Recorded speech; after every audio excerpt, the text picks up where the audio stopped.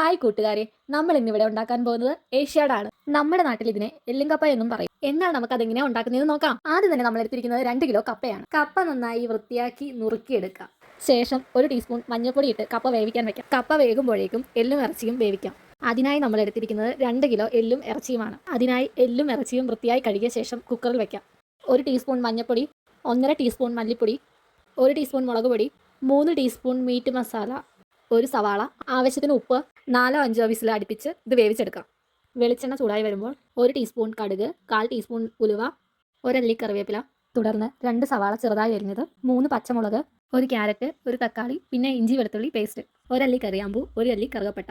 ഇവയെല്ലാം നന്നായി ഒന്ന് വഴട്ടിയെടുക്കാം. 1 ടീസ്പൂൺ മഞ്ഞൾപ്പൊടി, 1.5 ടീസ്പൂൺ മല്ലിപ്പൊടി, 1 ടീസ്പൂൺ മുളക് പൊടി, 3 ടീസ്പൂൺ മീറ്റ് മസാല.